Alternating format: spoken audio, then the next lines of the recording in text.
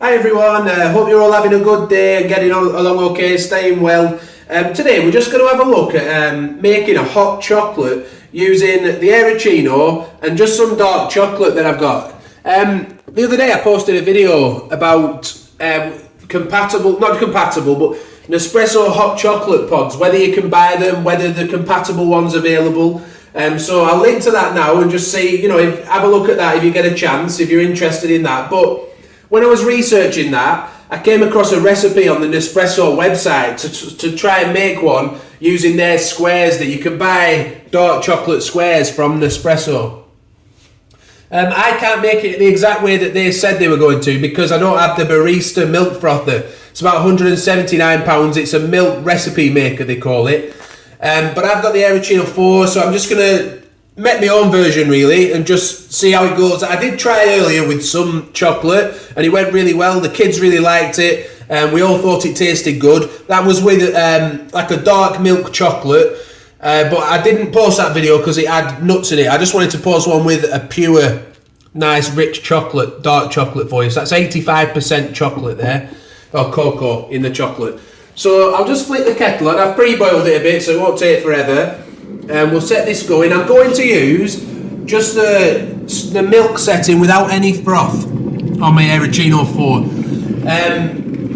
I just don't want to, you can use froth yourself if you want to, give that a try. It's all about, I'm just having an experiment here. You can do it however you feel will work best for you if you want frothy milk. But I'm just going to use stirred up steamed milk, if you will.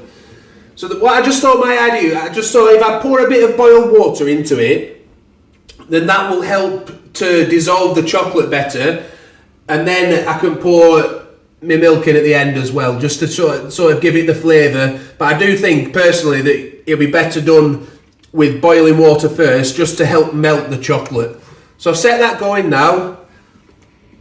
I'll pour a reasonable amount of boiled water in, just to help melt it reasonably quickly. And I'll just stir it up nicely. Maybe I should have broken it into 2 chunks first, but it is melting. It should hopefully be nice and rich by the time the milk's ready to be poured in. You can see that's melting up quite nicely, is that? I can smell it, it's smelling really good actually. It's smelling better than it did with the milk chocolate earlier. And look how rich that looks. So the milk's nearly finished now.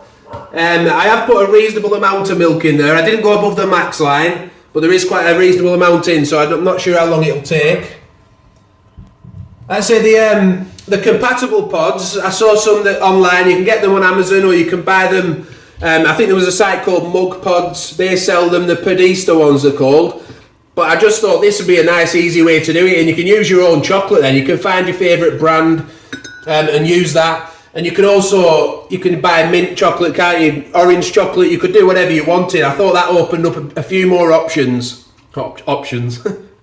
Maybe. Yeah, just to say, the reason I didn't want to make it the way Nespresso said to make it is because I have the Aeroccino 4. They say to make it with the barista frother, and that you put the milk chocolate in, or the square of chocolate inside the frother.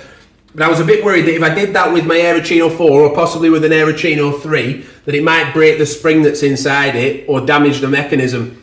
And I didn't want to do that. Also, another thing just to mention, obviously you've got kids. When I made it earlier, the kids did seem to prefer the milk chocolate rather than the dark chocolate, but that's kind of obvious, I know, but I thought I'd mention it. So we'll just pour this in, see how it looks at the end. So this is just steamed milk, remember, there's no froth, but you can use froth if you like afterwards. Give it a try with a few different recipes yourself, a few different techniques, settings on the milk frother. And there we have a nice, rich hot chocolate. I'll just, 1 second, I'll give it a try. See what it tastes like.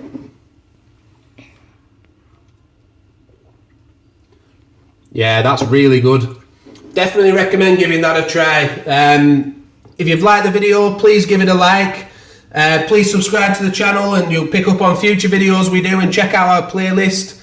Let me know how you get on if you tried it, or you've got a better way of making hot chocolate yourself using your Nespresso equipment.